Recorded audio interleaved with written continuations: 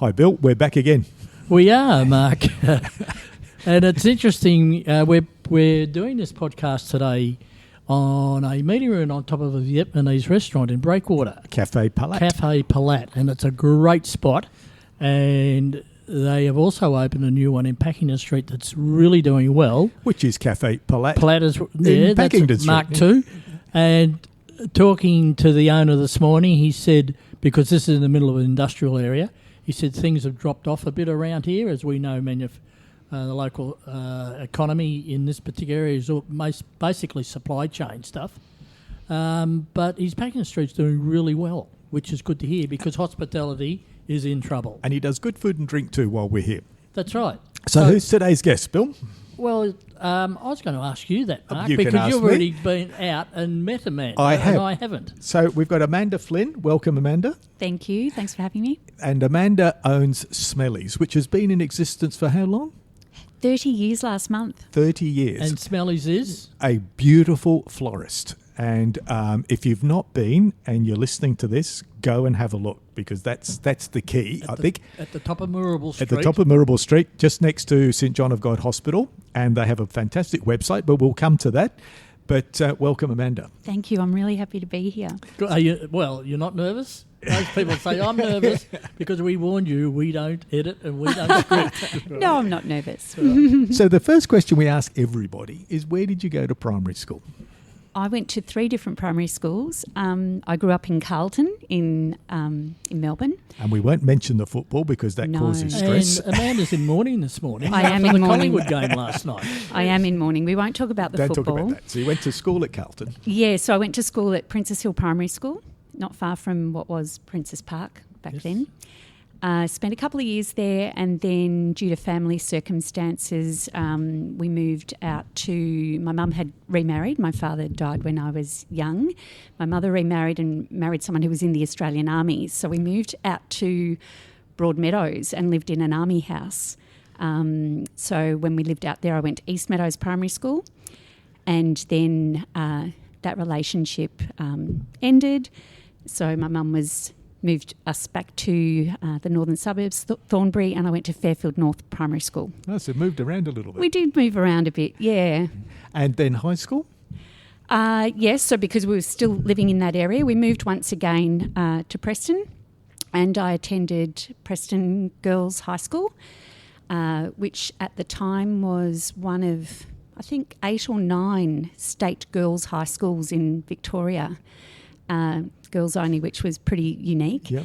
I went there till year 11, and then in 1988 I was lucky enough to be selected to be a Rotary exchange student. Oh, wow. And I travelled to South Africa and lived there for a year. And school in South Africa? Yeah. Which city? I went to Durban, which... Oh, tough place now. Durban. Yeah, look... Yeah, it was a remarkable year. Durban was a beautiful city, much like the Gold Coast. Right on the beach on the east coast. I attended Maristella School, which was a Catholic girls' school, on the hill, and lived with 7 incredible families by choice. I wanted to live with lots of families to get a really diverse experience, and it was probably the most remarkable year of my life. Experience. I was 16 at the time, but also incredibly confronting. Yep. It was, apartheid was still legislation then. Mind you, we were coming towards the end of that period for South Africa. I think it was only a couple of years after I returned that Nelson Mandela was released, and then they negotiated a democratic election. Very difficult country. My daughter lived in Cape Town for a couple of years, and in the end had to leave. She lost a job because she wasn't the ethnic requirement. Had a great job there. Yeah. And anyway, that's another story. When you were in high school, did you have any ambition, any idea, what am I going to go and do when I finish school? Well, I think it probably leads into the South Africa thing. I was heavily involved in student politics. I was the student council president, and I was on the school council. And then through I was also on the regional school council's board representing students, and spent a bit of time going around the state and Australia, going to conferences, education conferences. How and old were you at that stage? 15 and 16. What a great experience that was. Unbelievable experience. So really in an advocacy role for students, all about student rights. So, of course, when I got selected to be an exchange student, in that it was a pretty rigorous interviewing process to be selected. I think it was probably that experience that got me over the line. And certainly when I looked at the list of countries that I could have gone to, and there was, I could have gone to 40 different countries, I definitely chose the most politically charged country in the world, which was definitely South Africa at the time. So that's what led me there. And I certainly went with the idea of wanting to be either a political speechwriter or a journalist. All right, so following that journey or that stint in Durban, what was the next step? So I returned home. Of course, all my friends had graduated the year before, had done their HSC. In my year, I didn't matriculate in South Africa. I spent a lot of the year not at school a lot. With the approval of my Rotary Club, I spent a lot of time travelling around to Rotary clubs and service clubs all over the country, giving speeches about my life in Australia, and I guess trying to build goodwill and relationships with... Well, that's a better learning experience than being in a classroom. Absolutely, yeah. And I was very lucky to be at a club who were happy for me to do that. So very early on we worked out that matriculation was not the goal. The goal for me was to reach as many people as I could and to connect with as many people as I could. So off the back of that, when I returned, I didn't have year 12, so I came home and returned to my high school and did HSC. So you had to do another year? Yeah, I did another year. But I I started school at 4.5, so I wasn't finishing high school as an 18-year-old. And my idea was that at that point I wanted to be a journalist or again do writing of some sort. And at the time you could do journalism at RMIT or at Deakin. And I worked really hard and got a score high enough to get me into Deakin and migrated to Geelong. Good. Oh, wow. So what was the attraction to come down south, as I call it? Deakin was a sort of a newish university. I remember when we moved down here, when I moved down here, the res only had like three long sort of blocks that you could live in, and the rest of it was farming land. Like literally you'd sit in lectures and there'd be cows walking, outside the lecture halls. I think I'd already spent a year overseas. I was a fiercely independent person, and I was keen for the adventure, and more than anything, it was because I wanted to do journalism. Right. And whilst you're at Deakin, did you have any part-time work, jobs? I'd had a part-time job since I was 13. I worked in retail, so it's come full circle.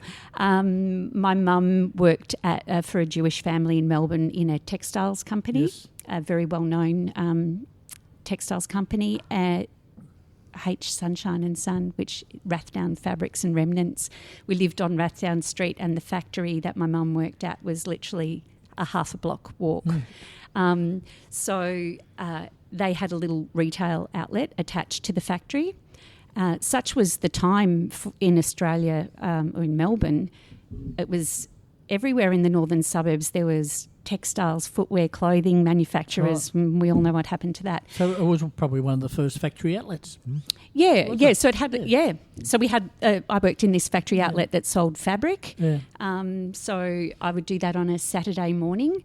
I certainly wasn't old enough to be employed.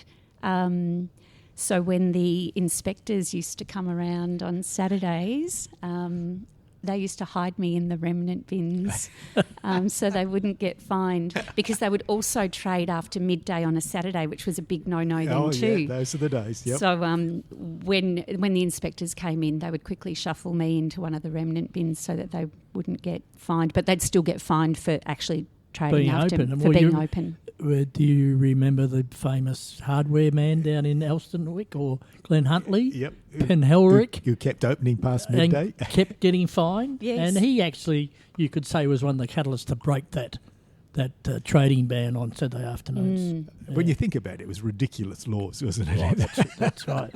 All right. So I had worked there from 13, and then right up until first year university, I would drive back to do that job on Saturday mornings. Have you still kept in touch with people in South Africa? Yes. Obviously, Facebook and those kind of things have really helped. So I'm certainly connected to the families that I lived with, two in particular. And one of the greatest, most heartwarming moments of my life was a couple of years ago, 2016. I'm connected to St Mary's Sporting Club, my family football people there, and I was on the board there for 13 years. And my son went on their cultural tour. They do a cultural tour every second year to South Africa. And I went on the tour with a group of, I think we had about 20 or 30 boys and a group of about, I think of parents. A huge group of us went back in 2016. So my son was the same age I was, but there was about a 30-year difference. And he met the families that I stayed with, and we took photos in the places that I stood in, and it was a really magical moment. Nice. But yes, obviously Facebook helps keep in communication. Yeah, very important. So what was your first real job then? So I got to second year uni and life became a little derailed. There were a couple of really tragic experiences in first year. One of our friends committed suicide who was living with us on res. That sort of really took the wind out of a lot of our sails. And then at the start of the second year, my roommate from res passed away from a tragic medical incident. So when I look back now, there's lots of buzzwords we'd use for what I was going through at that time, but I really lost my drive and energy for studying and for everything. I sort of really lost my way a bit. So I decided to defer from uni, and because of my knowledge in textiles from all of those years of cutting fabric and ribbons and beads and everything, I got employed back in Footscray at a company called Overseas Fashions, who had a number of fashion labels, but the most namely one being Cherry Lane, which was very, very big at the time. And I was in the production department there. So that was my first real job in the production. I was a junior production assistant, so I was a bit of a gopher for everything. Do this, do that. I did whatever they needed me to do. Yeah, I had lots of fun there. Yeah, it was good. And did you go back to uni? Did you finish? No, then that fashion trajectory took over for a little while. I got made redundant from that company, and then I think eventually they ended up falling over, and then got swept into wholesale fashion sales. I worked for OJ, not in the stores but in their warehouse in Collingwood, in showroom sales, and then jumping in a car and travelling all over Victoria and Tasmania selling directly to retail shops. So retail's always been a thread there. Yep. And then got poached to go work for Charlie Brown, who had a label called Howard Showers at the time. Myself and my friend got poached from OJ to set up their Melbourne office, because they were a Sydney-based company, and opened their flagship store on Chapel Street, which at the time Chapel Street was was the place to have a store. So I got swept into that, and it was only that I was on holidays from Charlie, and my brother-in-law was a wholesale florist, a wholesale flower supplier, and he needed some hands. It was a busy Christmas period, so I jumped in to help him, and within 6 weeks I was a florist. All right, and That's so amazing. I love it. from that to today, where you are the owner of a very well-known and very high-profile, in my opinion, well-respected florist. Is it a store, a shop, a florist? What? It's Florist shop, It's a called Smellies. Smellies, because it does smell good, doesn't it, Mark? smell good. And is that where the brand came from? How did the brand come about? The brand name. It was just brainstorming on a bit of paper. I wrote a blog when I got to my 30 years, and I'm a collector of stuff. Some would say hoarder. I say I'm an emotional collector, and over the years I've kept every stub of every show I've ever been to and all of that kind of thing. So I've got all of this historical stuff from when I first opened my business, and I had kept all of my scrawlings about what I wanted the business to look like, what I wanted it to sound like, what the name was going to be, what the taglines would be, and I actually posted them in my blog. And it's vulnerable to do that, because I look back now and I go, how is this even still successful after 30 years based off that? Smellies just came from, I think of flowers and I'm all about fragrance. I think smells take you places, and I say that sitting in a Vietnamese cafe. I'm in Ho Chi Minh City here today. Well, you are. In fact, the owner of this cafe, his mother runs a famous restaurant in Hanoi. Okay. So, and he actually had a marketing company in Hanoi. We've been trying to get him onto the podcast, but he's always too damn busy. Always too busy. And we tried to grab him this morning, and he's no, I'm too busy. Oh, he's worth a chat. Yeah, it's right. all about smells. I'm a very scent related person. I totally agree with you. Smell stimulates memory, doesn't it? Yes. So, I tell lots of people this story, but my grandfather, on my dad's side of the family, ran a laundry. He had a family laundry. But he was the engineer, so he used to do all the machinery and equipment. Yeah. And he used lots of grease. Yes. Smelt like grease? Smelt of grease. So if I get a whiff of this greasy smell, no matter where I am, if I'm walking through Bunnings, walking past it triggers memories of my grandfather. And I think, where did that come from? Yeah, But it's that transports smell. you. It's Yeah. amazing. You're spot on. All right, so what was the starting date for Smellies? It was early 96, February 96, and the first store was in Yarra Street, next to Mexican Graffiti. So you left...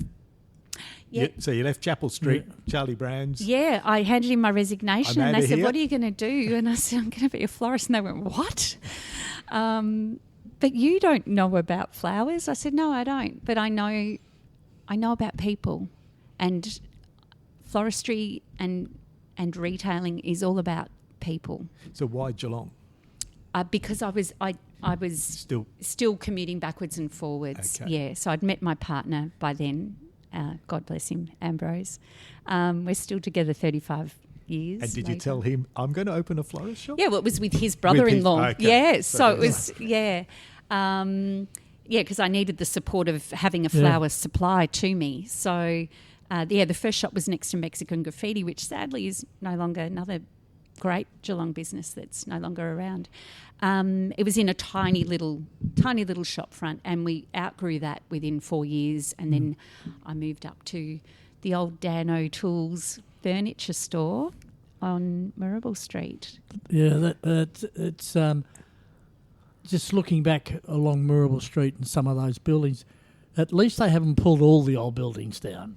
No. There's still some historic buildings. And opposite you are some classic historical that buildings. Central Appliance or hysterical, building. whichever way you want to look at it. Yeah, there's That's some beautiful buildings there. Yeah. It's been Bill and I always talk about, Bill calls it a tipping point, I call it a sliding door moment. Yours was your brother-in-law talking about flowers. Yeah. That's what's tripped, because you were in that apparel and fabric space. Yeah, I was. And you weren't thinking of a florist till you Absolutely had that not. conversation. But one of my favourite questions, Yes, and I had amazing. reason to ask a group of people in a business earlier on this week, asked this question. So it's about, what business are you in? You're not in the business of selling flowers, are you? No. And that's what you just alluded to.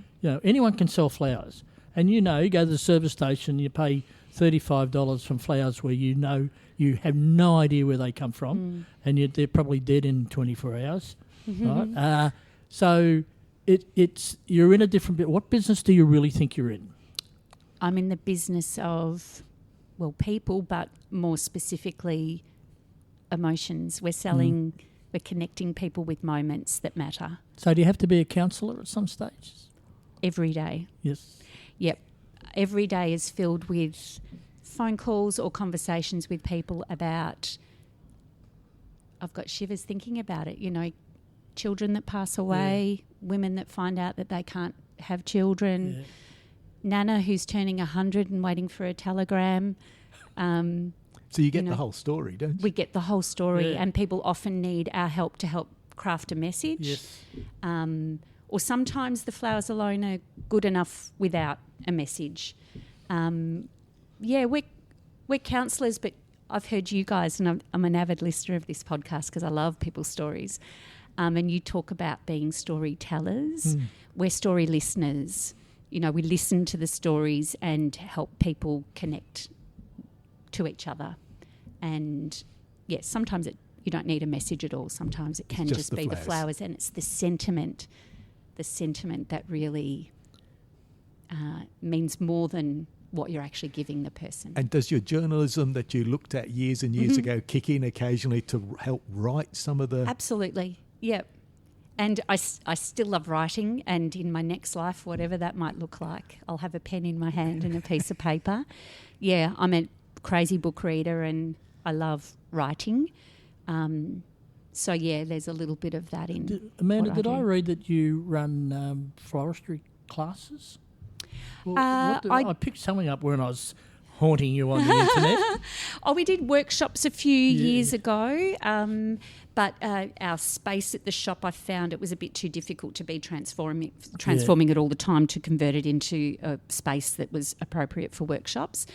But what I did leave out is that for a period of 10 years in there, I spent one day a week teaching at the Gordon TAFE. Oh, that's what I read. Yes, sorry, I was what they call a sessional teacher. Yeah.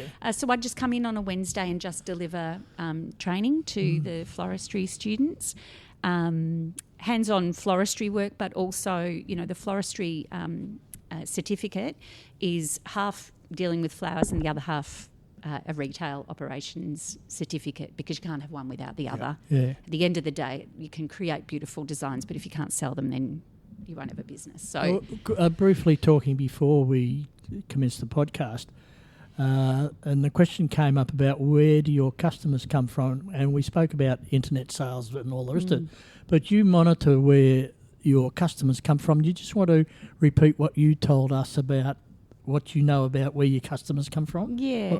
I mean, there's obviously with the with websites now, there's that's a growing side of businesses, and there's a lot of florist businesses that operate website only, and there's no front. Yes. But it does, and we've got a great website which is really user-friendly, and a lot of people use that, but it still staggers me at the end of every month that about 70 to 75% of our sales come through the doors of my shop. And I think that's probably two things. It's certainly location. We're surrounded by a lot of hospitals and businesses and have a lot of walking past traffic. But I think it's also because there's not many places you can go just to walk in and just see and feel and smell and touch and just engage with something beautiful, which is flowers. And I'd back that up, Bill, because I did go in there yesterday before today, just to have a quick look before we did the interview. So what was you walked? So you go in, you walked in the front door. What were your first impressions? How immaculate the place was, how fresh the stock was, lovely smell, but how everything was curated is probably the word I'd look. Even to, as Amanda pointed out to me, I noticed a chair in the front window, and it's an old chair of a man, but beautifully decorated. So the whole picture as you walk in that shop is this is a beautiful place. And the flowers reflected that. They're beautifully laid out, but they were nice, fresh flowers. And the other thing that struck me is the little comment that they're all Australian flowers. None of it's imported, because we do know lots of flowers get shipped in from all around the world, refrigerated, hence they die within 24 hours. And Amanda doesn't. Well, So tell us about that, Amanda. Yeah, elaborate on this Australian flowers only. Look, I could bang on about this for a long time. Pre-1990, 90% of the flowers in Australia were grown in Australia, and that figure is now 50%. I think when that the imports are putting huge pressure on the costs locally. You know, the cost of operation is only just going further and further up.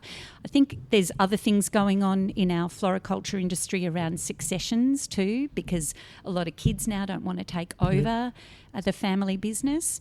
And when you're talking about farming, you know, and small flower farmers, then they're more likely just to shut up shop when there's no one to take it on. But the buy local thing is huge for me. I saw, you know, from the textile background, what happened when the imports started flooding in. I mean, you struggle to find Australian-made shoes, particularly now. It's just so sad.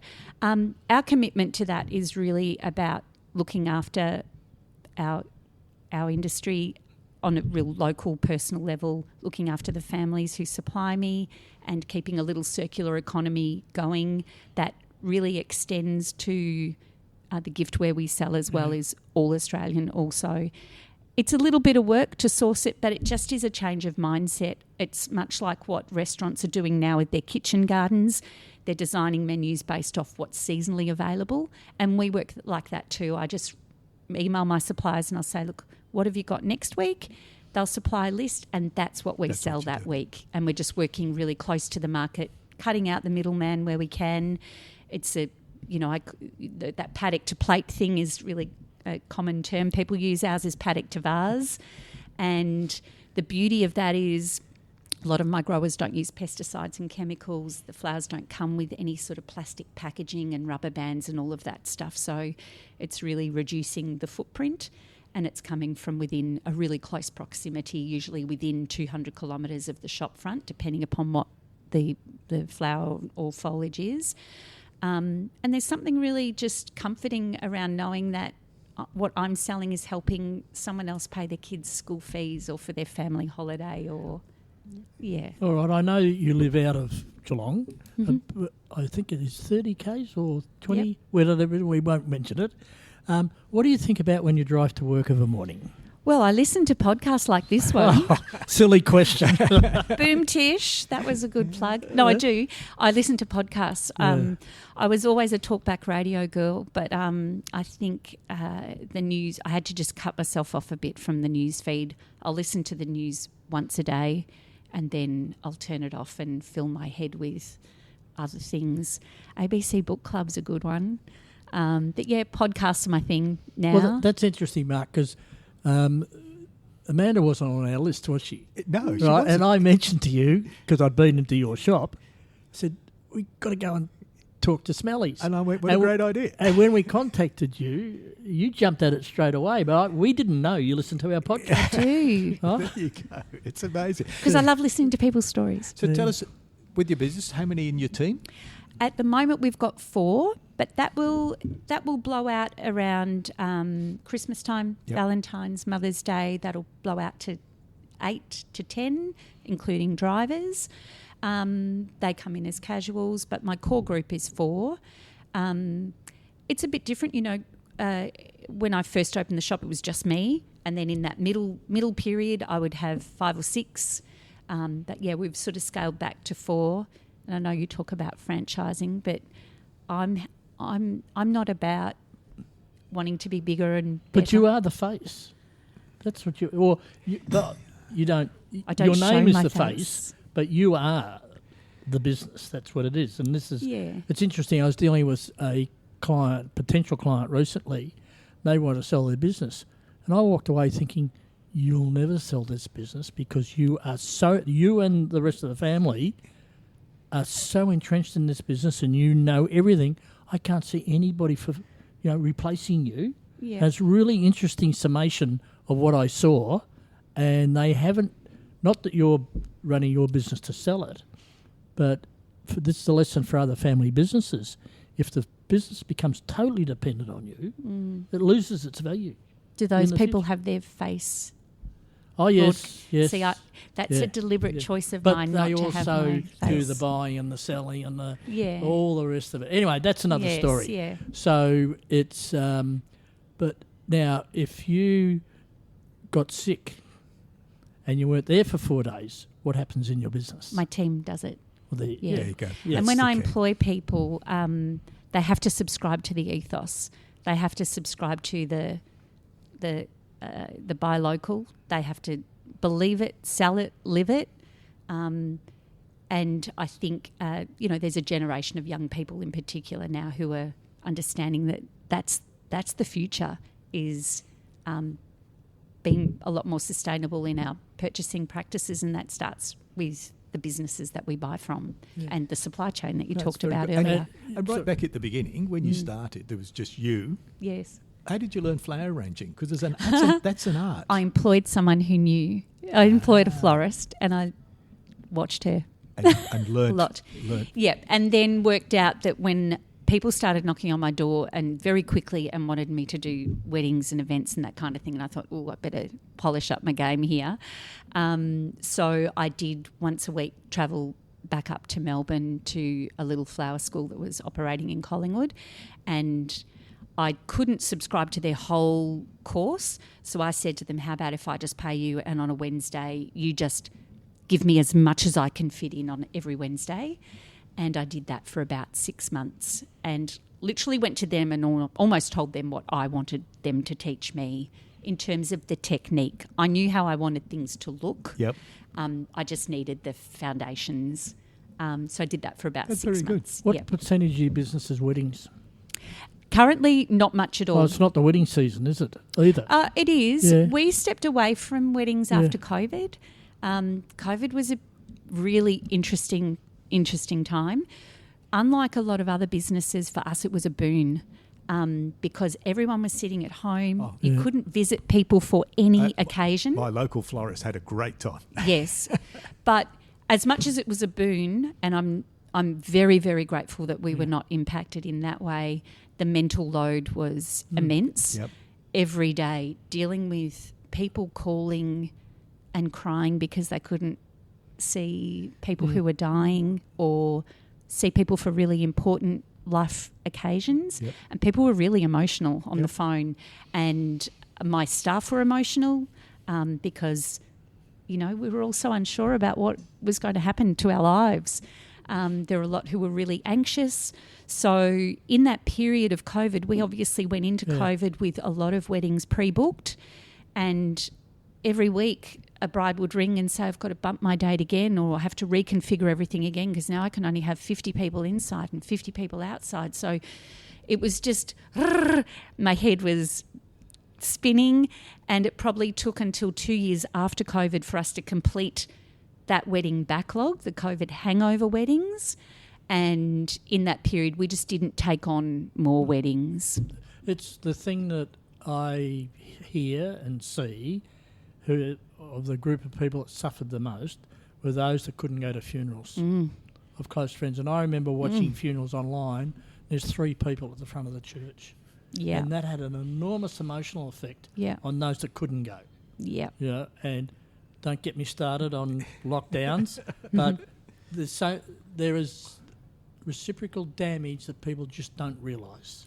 Yeah, Yeah. and we were hearing that on a daily basis. Yeah, people were devastated at not being able to spend precious time with loved ones. Again, here come the shivers. But you also do joyful.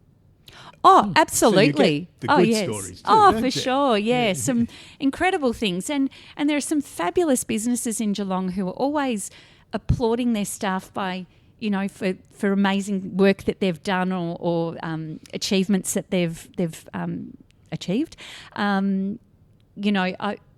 Because we're in that area of Geelong, that corporate sort of area, a lot of the people that come in that lunch break are coming in because it's someone at work has done something incredible. Yeah.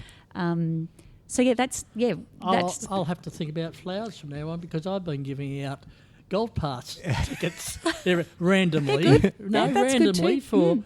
for acts of within some of my clients that I see Flags. amazing things happen, and I'll just give them a couple of Gold Pass tickets. Well, more recently, it was like International Women's Day. Yeah. We had businesses who were buying just a teeny little bunch of flowers for every female staff That's member. cool. Yeah, That's really cool. small gestures. Sometimes it only has to be small. So to find Smellies, address is 237 Marrable Street, Geelong. Geelong. Top and of the hill. Website. www.smellies.com.au. And Amanda will look after you when you wander in the door. I wandered in and Amanda appeared magically from at the back. I saw you on the camera. You saw me on the camera. Amanda, thank you. My pleasure. One last question. What's your Yes. favourite flower? It changes seasonally. I love things that smell, so I would probably go with tuberoses. They're not locally grown, so I don't get to See them that often? No, they're a subtropical flower. Anything that smells, gardenias, bavaria, I love the old school fragrance stuff. Fantastic. So, Amanda, thank you. My pleasure. Thank you, Amanda. And Mark, another 2 podcasts were knocked off today. Yep. Look forward to the next one as well. And good luck, Amanda, with your business in the future. And you don't need luck because you're nailing it. So well done. Thanks so much.